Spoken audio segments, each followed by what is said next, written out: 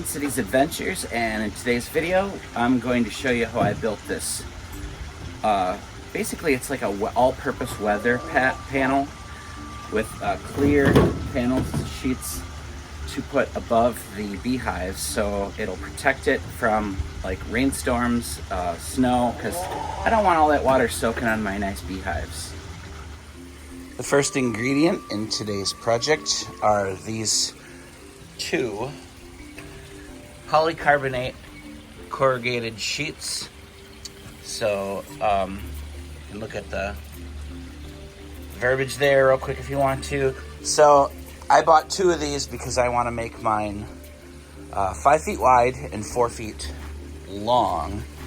So I'm going to need to overlap one of them pretty good, which is fine. But most importantly, I wanted to make it so the sun could pass through, because I just want to protect my hives from rainstorms and snowstorms. There's no reason for them to get dumped on with rain and snow if you can build something cool like this. And as you know, I'm all about building cool stuff. So these are 8 feet in length and 2 feet wide. So first thing I want to do is cut these in half, so I'll have 4 foot sections. Mark your 4 foot line and put some scrap wood underneath to support the rattling and the weight, and we'll take our jigsaw and slice that in half. Here we are, we have 4 pieces of 2 feet wide by 4 feet long. I'm only going to use 3 of them. I'll set one aside. I'm sure I'll find a use for it in a future project. Then I have a bunch of scrap lumber here. These are 1x2s. They're pressure treated green cedar toned. So I'm going to start off by cutting.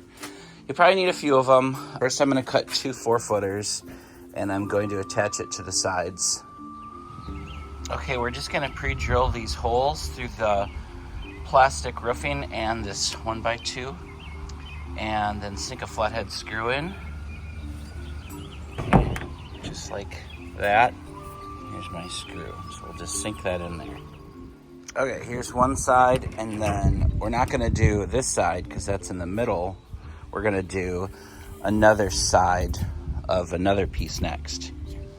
Okay, here's our hive station, and the boxes are about 4 feet apart right now. We could scooch them closer together if we wanted to, but that's what we have right now.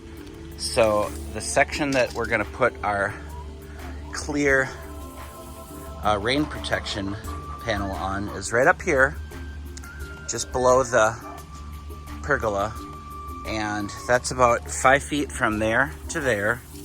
And then I think what we're going to do is we're going to come out 4 feet from like somewhere up there to out here. That way it's well beyond where the bees are going to hang out there. So I mean, they're already surviving the elements of Minnesota backyard. Why make it worse and have that get all soaked in rainstorms and snowstorms? So I think this will be an awesome idea. Okay, now lay some support brackets on your sawhorses there, and just lay out your 2 sheets that are 4 feet long, and have the 1x2 screwed into one side over there and one side over there. And now what we're gonna do is just roughly measure about, mine's about just slightly under 5 feet wide.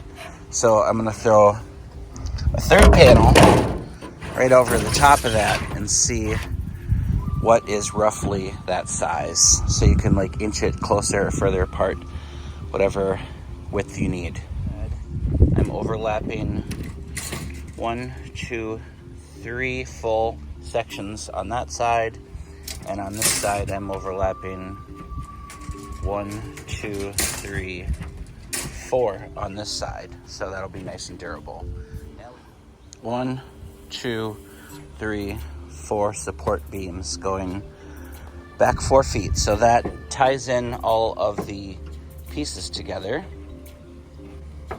Now we're going to flip it upside down. Okay, here is the underside all framed up so far.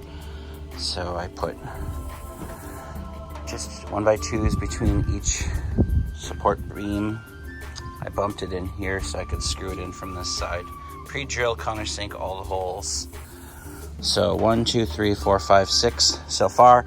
I'm gonna put like a piece of like support over the top of that in a little bit, but currently I'm using scrap wood, so I don't have to buy a whole lot of extra supplies.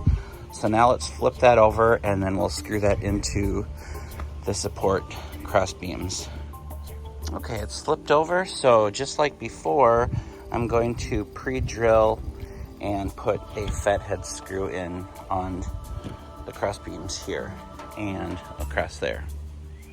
Okay, we're all screwed in, and I just totally hit every one and put a lot of screws in so it's nice and sturdy, because it's going to soak into the water with the snow sitting on it and the rain. So we are in Minnesota, so you always have to go a little overboard and be really thorough when you build things in Minnesota. It's outdoors.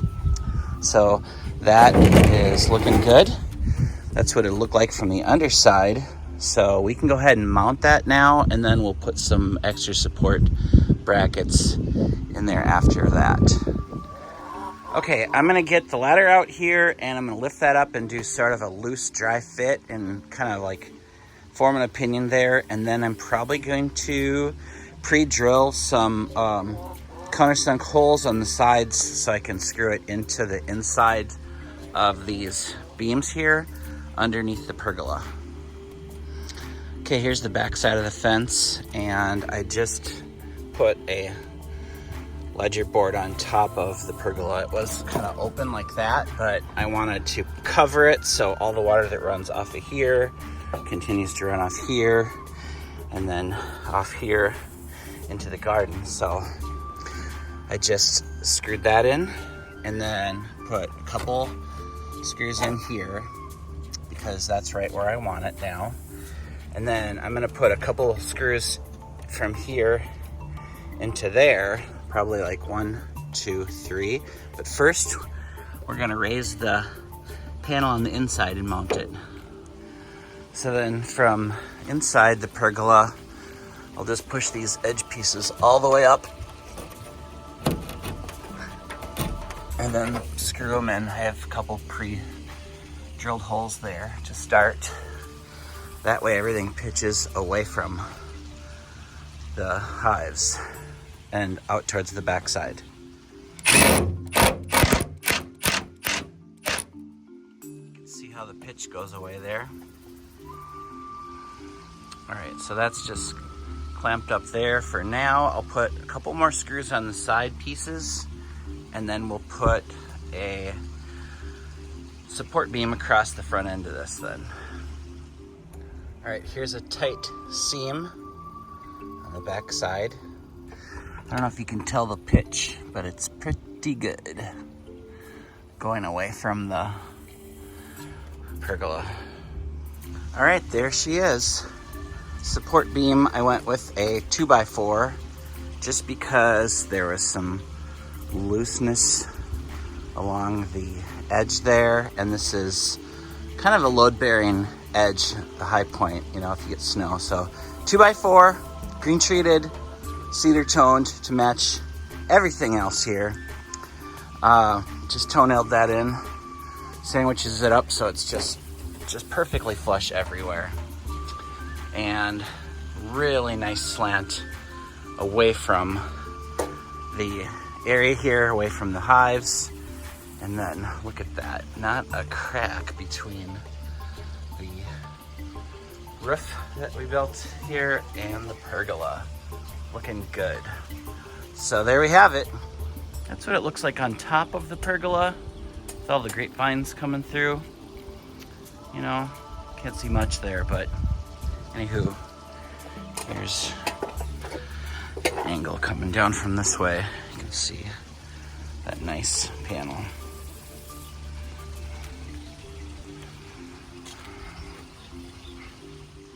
Okay, and I found a leftover piece of fence paneling from when I built the fence. So I just front faced it with that because it just looks really good.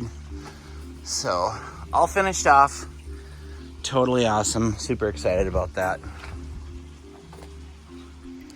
There we have it. Nice sun coming through the roof panel. And there's the hives ready for our bees to show up in a couple of weeks. So this project is for people that just love building cool things.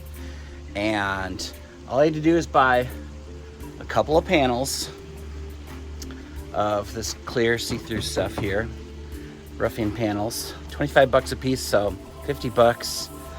Didn't want to pay that, but it's well worth it. Everything else is scrap lumber, so I didn't buy anything. I had one leftover 2x4 laying around. I had 2 extra 1x2x8s laying around, and then a few small pieces. That's why I built it like this. Scrap lumber and 2 sheets. So thanks for watching.